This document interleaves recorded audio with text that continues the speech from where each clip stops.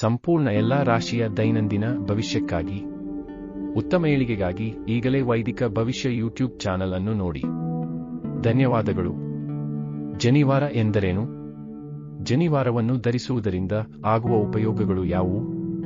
ಜನಿವಾರವನ್ನು ಧರಿಸುವವರು ಜನನ ಮತ್ತು ಮರಣಗಳಿಂದ ಮುಕ್ತಿ ಹೊಂದಬಹುದು ಎಂದು ಪುರಾಣದಲ್ಲಿ ಹೇಳಲಾಗಿದೆ. ಜನಿವಾರ ಧರಿಸಿರುವ ವ್ಯಕ್ತಿಯು ಯಜ್ಞಕ್ಕೆ ಸನಿಹವಾಗುವನು. ಹೆಣ್ಣು ಹಣ್ಣು ಮಣ್ಣಿನ ಬಗ್ಗೆ ಅತಿಯಾದ ವ್ಯಾಮೋಹ ಬರದೇ ಇರಲಿ ಎಂದು ಜನಿವಾರವನ್ನು ಧರಿಸುವರು.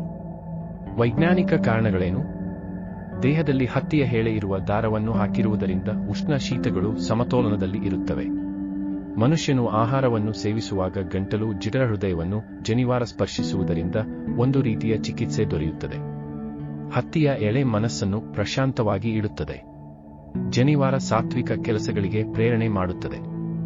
ಜನಿವಾರದಲ್ಲಿ ಯಾವುದೇ ವಸ್ತುವನ್ನು ಗಂಟು ಹಾಕಿಕೊಳ್ಳಬಾರದು.